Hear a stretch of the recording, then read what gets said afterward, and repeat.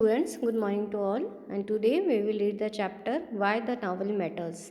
It is written by D.H. Lawrence. ये non fiction का आपका पोर्शन है जो बुक में आपकी प्रूडेंस बुक में जो दे रखा है उसमें जो है नॉन फिक्शन में पोर्शन है और ये चैप्टर का नाम है why the novel matters and it is by D.H. Lawrence. D.H. Lawrence was born in a coal mining town. He was the son of an uneducated miner and ambitious mother who was a teacher. His wife was German and the couple lived at various times in Italy, Germany, Australia, Tahiti and Mexico. Lawrence's writing reflects a revolt against Puritanism, modernity and the dehumanization of an industrial society. और इसमें अगर हम इस chapter की बात करें why the novel matters तो इसमें जो है D.H. लॉरेंस ने यह बताया है कि this lesson is all about the supremacy of novel. उसने नॉवल को सबसे ऊंचा रखा है, सबसे ऊंचा बताया है over other means of defining life, कि अगर आपको जीवन जीना है, जीवन को अगर डिफ़ाइन करना है, एक डेफिनेशन अगर आप जीवन की देना चाहते हैं तो उसके लिए आपको एक नॉवल पढ़ना बहुत ज़रूरी होता है। All religious preachers, philosophers, scientists, etc. define life from one particular aspect, but a novel presents life in its wholeness. यानी इनका कुल मिला के कहने का मतलब ये है कि जो नॉवल होती है वो होलनेस को जो है वो बताती है, दर्शाती है। A novel describes the qualities of life that make one really alive. और सबसे मेन चीज़ इस चैप्टर की कि वाई द नॉवल मैटर्स में जो है D.H. लॉरेंस साहब ने यही एक लाइन में पूरे चैप्टर की समरी यही है कि a novel describes the qualities of life that make one really alive, कि नॉवल में जो है इस तरह की क्वालिटीज़ होती है कि जो वास्तव में जीने के लिए जो विशेषताएं होनी चाहिए एक मानव जीवन में वो जो है नॉवल में मिलती है। Has to be guided about which course to take in life one should truly and honourably turn to the novel. और इसलिए उन्होंने बार बार यही कहकर जोर दिया है कि हमें क्या करना चाहिए, नॉवल को पढ़ना चाहिए। अब we will start the chapter. Very first page जो है इसमें आप में जो है ये स्टार्टिंग करते हैं विद द कोटेशन। वो कहते हैं कि हम अपने बारे में जो है अलग अलग विचार रखते हैं और हमारे विचार बिल्कुल अलग होते हैं। हम सोचते हैं कि हम एक शरीर है जिसमें एक भावना है, या एक शरीर है जिसमें आत्मा है, या एक शरीर है जिसमें मस्तिष्क है। स्वस्थ शरीर में स्वस्थ मस्तिष्क, ये तो सुना ही है आपने, इट इज़ अ कोटेशन। वर्ष शराब को पी जाते हैं और अंत में बोतल को फेंक देते हैं। स्पष्ट ही है, शरीर ही वह बोतल है। देखो कितनी खूबसूरती से उन्होंने इस चीज़ को कंपेयर किया है, शरीर को एक बॉटल से और वाइन बॉटल से। ठीक है, कि जब वरना बॉटल में वाइन होती है तब तक तो उसकी कीमत है ना, और अगर वो ख़त्म हो जाती है तो वो सेंसलेस है, बॉटल इज सेंसलेस। ऐसे ही शरीर है, शरीर में अगर आपकी जान है तब तो वो यूज़फुल है, और नहीं है तो फिर वो क्या है, बेकार है। यह एक बहुत ही मज़ेदार अंधविश्वास भी है। जिस समय मेरा हाथ, यानी ये लेखक कहते हैं D.H. लॉरेंस साहब, जिस समय मेरा हाथ इतनी कुशलता पूर्वक इन शब्दों को लिख रहा है और उस समय मैं अपने हाथ को देखकर ये निश्चय क्यों करूं कि इसे निर्देश देने वाले मस्तिष्क की तुलना में यह कुछ भी नहीं है। क्योंकि देखिए हाथ की अपनी इम्पोर्टेंस है, हम सारे काम हाथ से करते हैं, पर मस्तिष्क नहीं हो तो क्या हम हमारे हाथ का भी यूज़ में ले सकते हैं? क्या नहीं ले सकते? क्योंकि सारे संदेश तो मस्तिष्क ही देता है ना, ये करो वो नहीं करो। क्या मेरे हाथ और मेरे मस्तिष्क के बीच वास्तव में कोई बड़ा अंतर है, या फिर मेरे हाथ और मेरी सोच के बीच? मेरा हाथ सजीव है, वह अपने स्वयं के जीवन से स्फुरण करता है, यह संपूर्ण विचित्र ब्रह्मांड को छूकर अनुभव करता है और बहुत सी चीज़ें सीखता व जानता है। यानी एक कुल मिला के हाथ की इम्पोर्टेंस तो बहुत है ना। इन शब्दों को लिखते समय मेरा हाथ प्रसन्नतापूर्वक फिसलता जाता है। आई पर डॉट लगाने के लिए टिड्डे की भांति फुदकता है, इसे मेज कुछ भावना शून्य लगती। यदि मैं बहुत लंबे समय तक लिखता हूँ तो ये कुछ उब जाता है, इसके विचारों को अपनी नींव है, और यह मेरा उतना ही महत्वपूर्ण अंग है जितना कि मेरा मस्तिष्क, मेरी सोच या मेरी आत्मा। मैं ये कल्पना क्यों करूं कि मैं अपने हाथ से बढ़कर कुछ हूँ? क्योंकि मेरा हाथ पूर्ण रूप से जीवित है, इसलिए मैं जीवित हूँ। सीधी सी सिंपल बात देखो, उन्होंने लाइफ का डिफाइन किया है। जबकि वास्तव में जहाँ तक मेरा संबंध है, मेरा पैन बिल्कुल भी जीवित नहीं है। मैं अपने पैन के रूप में जीवित नहीं हूँ। मेरा जीवित होना मेरी उंगलियों के पोरों पर समाप्त हो जाता है। ये तो बिल्कुल नॉर्मल चीज़ है ना, समझने लायक। जिस किसी भी अंग के रूप में मैं जीवित हूँ वो मैं ही हूँ। चाहे मेरा हाथ हो, चाहे मेरा पाँव हो, चाहे अंगूठा हो, चाहे पैर का अंगूठा हो, मैं हूँ वहाँ पर, है ना। मेरे हाथों का प्रत्येक छोटे से छोटा भाग जीवित है। प्रत्येक छोटा सा तिल और बाल और त्वचा की सिलवट और जिस किसी भी अंग के रूप में मैं जीवित हूँ वो मैं ही हूँ। मेरे विचार में मात्र मेरी उंगलियों के नाखून, वे 10 छोटे छोटे शस्त्र जो मेरे और निर्जीव ब्रह्मांड के बीच में, वे जीवित मेरे और मेरे पैन जैसी निर्जीव चीज़ों के बीच स्थित रहस्यमय जलधारों को पार करते जाते हैं। और ये जो दूरी है मेरे पैन की और मेरे बीच में, वो कौन दूरी दूर कर रहा है, ठीक है ना। एक एक क्या है, एक तरह से कांटेक्ट बना हुआ है दोनों में, है ना। पैन की वैल्यू कब है, जब अपना हाथ उठाएगा। इसलिए देखते हो कि मेरा हाथ पूरी तरह सजीव है और मेरे जीवित होने का एक ही रूप है, तो फिर यह मात्र एक बोतल या एक जग या एक टिन कैन या एक मिट्टी का बर्तन या बाकी सब बकवास कहाँ है। सच, यदि मैं इसे काटूं तो इसमें से रक्त बहेगा, नेचुरल है।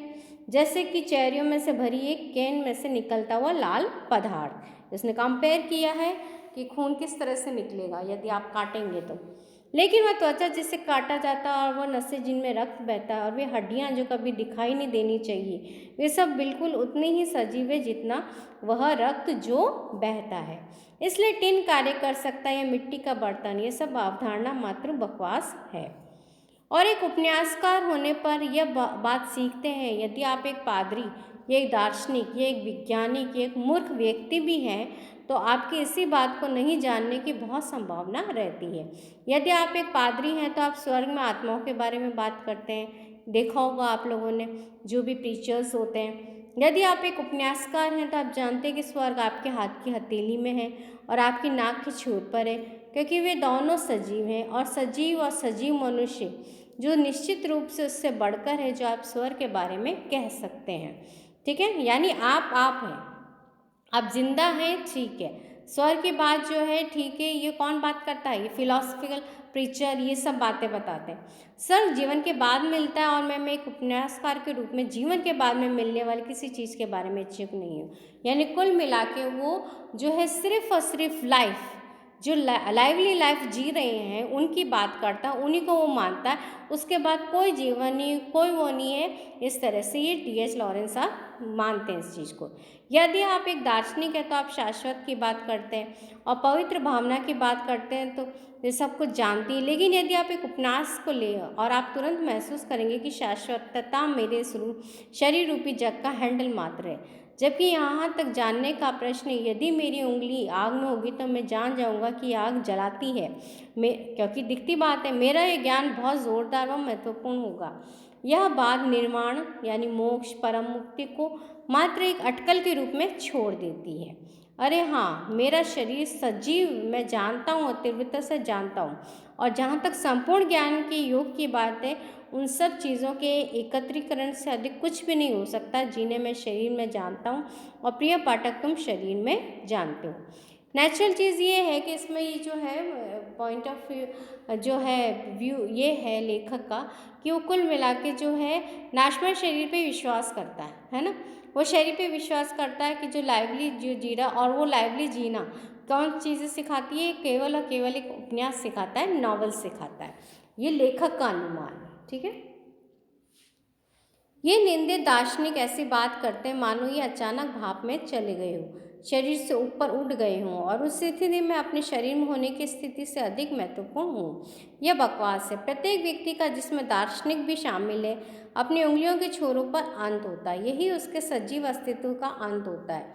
जहाँ तक उससे दूर चले जाने वाले शब्दों, विचारों तथा दुखपूर्ण आहों व महत्वाकांक्षाओं की बातें, शून्य में बहुत से कंपन है और वे बिल्कुल भी जीवित नहीं है। लेकिन यदि वे कंपन किसी अन्य जीवित व्यक्ति तक पहुँचते हैं तो वो उन्हें अपने जीवन में ग्रहण कर सकता है और उसके जीवन में एक नया रंग आ जाता है। आपने सुना एक एनर्जी होती है ना, एक पॉजिटिव एनर्जी होती है, हम में है, ठीक है, हमने किसी को ट्रांसफ़र करी, यानी हमको देख के कोई जो है एक्साइट हो रहा है या कोई ऐसा कोई रिएक्शन दे रहा है, तो इट मीन्स जो है हमारा जो है ये उद्देश्य सफल हो गया, उसमें भी हमने क्या ला दी है, पॉजिटिविटी ला दी है। लेकिन यदि वे कंपन किसी अन्य व्यक्ति तक पहुंचते हैं तो वो उन्हें अपने जीवन में ग्रहण कर सकता है और उसके जीवन में एक नया रंग आ सकता है, उसका जीवन नए रूप में ढल सकता है। जैसे कि एक भूरी चट्टान से एक हरी पत्ती का सरकता हुआ एक गिरगिट, बिल्कुल अलग सा दिखेगा, है ना। यह सब कुछ बहुत ठीक और अच्छा है, फिर भी इससे बात नहीं बदलती कि तथाकथित भावना, दार्शनिक या संत का संदेश या शिक्षा बिल्कुल भी जीवित नहीं है, मात्र शून्य में एक कंपन है, किसी रेडियो संदेश की भांति। यह सब भावना का पदार्थ शून्य में कंपन मात्र है।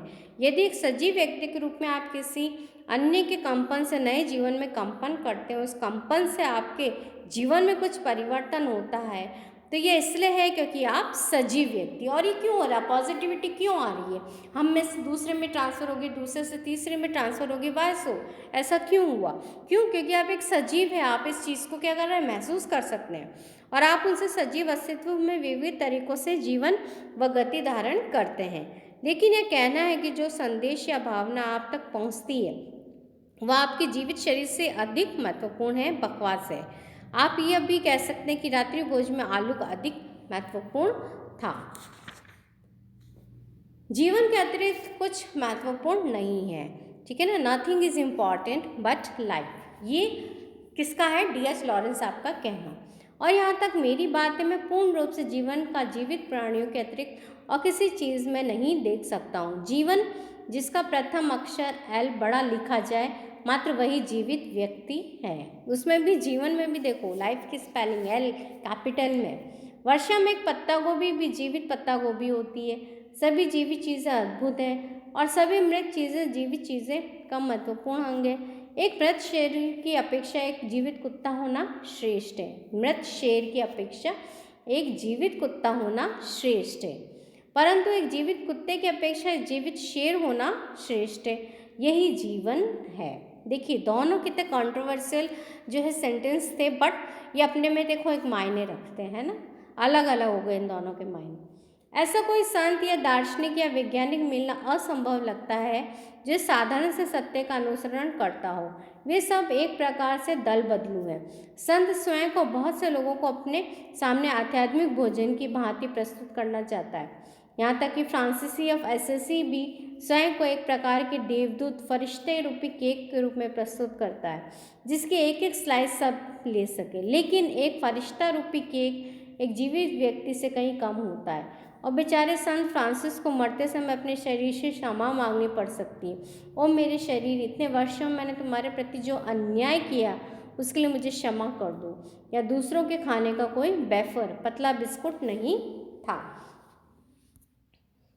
ये देखिए लेखक का अनुमान था, वो जो है किस तरह से इंटरप्रेट करता अपनी बात को, उसी से रिलेटेड आपके ये एग्जाम्पल्स दिए हुए थे, कुछ कोटेशन दिए हुए थे।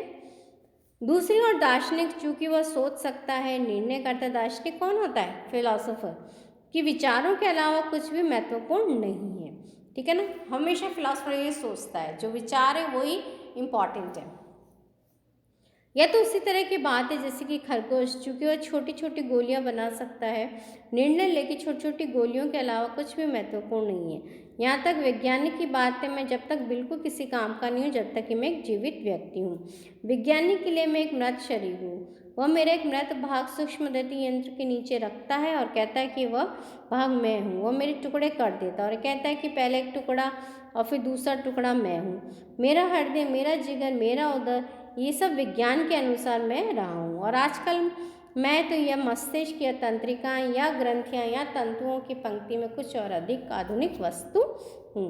अब मैं पूरी तरह से सीधे तौर पर मना करता हूँ कि मैं एक आत्मा हूँ या एक शरीर हूँ या एक सोच हूँ या एक बुद्धिमत्ता हूँ या एक मस्तिष्क हूँ या एक तंत्रिका तंत्र हूँ या ग्रंथियों का एक गुच्छा हूँ या मेरे अन्य शेष टुकड़ों में से कोई हूँ।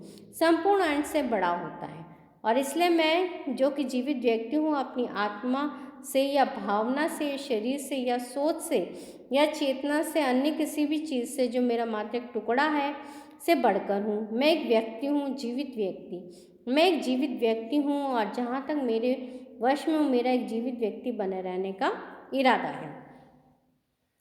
इस कारण से मैं एक उपन्यासकार हूँ और एक उपन्यासकार होने के कारण मैं स्वयं को संत से, वैज्ञानिक से, दार्शनिक से और कवि से, जो सब व्यक्ति के अलग अलग अंशों के स्वामी हैं परंतु कभी पूरा शरीर प्राप्त नहीं करते हैं, श्रेष्ठ मानता हूँ। उपन्यास जीवन की उत्तम पुस्तक है। जो नावल है इसने क्या बताया, the novel is the one bright book of life, सबसे श्रेष्ठ माना है। पुस्तकें जीवन नहीं है, वे शून्य में कंपन मात्र है, लेकिन एक कंपन के रूप में उपन्यास संपूर्ण जीवित व्यक्ति में कंपन उत्पन्न कर सकता है, जो कि कविता, दर्शन, विज्ञान या अन्य किसी पुस्तक द्वारा किए जा सकने वाले कंपन से बढ़कर है। उपन्यास जीवन की पुस्तक है। इस रूप में बाइबल एक महान किंतु अव्यवस्थित उपन्यास है। इसने देखो बाइबल को भी अव्यवस्थित कह दिया। आप ये कह सकते कि ये तो भगवान के बारे में है, लेकिन ये वास्तव में जीवित मनुष्य के बारे में। एडम, ईव, ये सब बाइबल के करैक्टर हैं। Sarai, Abraham, Isaac, Jacob, Samuel, David, Bathsheba, Ruth, Esther, Job, Isaiah, Jesus, Mark, Judas, Paul, Peter, ये सब क्या है? ये सब बाइबल के करैक्टर्स हैं और ईश्वर, ये सब जीवित मनुष्य हैं। शुरू से लेकर अंत तक जीवित मनुष्य, ना कि केवल टुकड़े। यहाँ तक कि ईश्वर भी एक और जीवित व्यक्ति है। जलती हुई झाड़ी में, जैसे कि मोसेस ने ईश्वर को देखा था झाड़ी में, मोसेस को 10 आदर्शों के पत्ते की चौकोर शिला देते हुए। मैं यह आशा अवश्य करता हूँ कि आप मेरा आशय समझने लगे हैं कि शून्य में कंपन के रूप में उपन्यास सर्वाधिक महत्वपूर्ण क्यों है। प्लेटो मुझ में एक संपूर्ण आदर्श व्यक्तित्व का कंपन उत्पन्न करता है, लेकिन वह मेरा एक अंश मात्र है। पूर्णतः जीवित व्यक्ति की संरचना में एक टुकड़ा मात्र है। The sermon on the mount, ये सब बाइबल की बात है, मेरी निस्वार्थ भावना में कंपन उत्पन्न कर दी थी, लेकिन वह भी मेरा एक अंश मात्र है। या 10 कमांडमेंट्स, ये भी बाइबल में लिखे हुए 10 आज्ञाएं हैं। ना मुझे पुरातन समय के एडम के समान कंपन किया, मुझे चेतावनी देते हुए जब तक कि मैं इस बात पर नज़र न रखूं मैं एक चोर व हत्यारा हूँ, लेकिन पुरातन एडम में भी मेरा एक अंश मात्र है। मुझे अपने इन सभी अंशों में जीवन और जीवन की बुद्धिमत्ता का कंपन अत्यधिक पसंद है, लेकिन मैं अवश्य कहता हूँ कि कभी न कभी मेरा पूर्ण स्वरूप अपनी पूर्णता में अवश्य कंपित होगा और मैं वास्तव में मुझ में जीवित रहते हुए अवश्य होना चाहिए। लेकिन यहाँ तक यह एक सूचना के संचार से हो सकता है, केवल तभी हो सकता है जब एक पूर्ण उपन्यास मुझ तक अपनी सूचना प्रेषित करे। बाइबल, लेकिन संपूर्ण बाइबल और होमर और शेक्सपियर, ये सर्वोच्च पुराने उपन्यास हैं। ये सब लोगों के लिए सब कुछ है, जिसका अभिप्राय ये है कि अपनी संपूर्णता में ये सभी जीवित व्यक्तियों को प्रभावित करते हैं, जो कि अपने किसी अंश के परे स्वयं व्यक्ति हैं। वे जीवन को एक नए दृष्टिकोण के साथ संपूर्ण वृक्ष में कंपन उत्पन्न कर देते हैं। वे मात्र एक दिशा में वृद्धि को प्रेरित नहीं करते, अर्थात उपन्यास जीवन के एक पक्ष की व्याख्या ही नहीं करते, बल्कि संपूर्ण जीवन की विस्तृत व्याख्या करते हैं। कुल मिला के उन्होंने ये चीज़ बोली है और उन्होंने इसलिए जो है उपन्यास को, नॉवल को जो है इतना जो है श्रेष्ठ माना है। So students, it's all about today's class और इसका पार्ट 2 हम we will study in the next class. Thank you and have a nice day.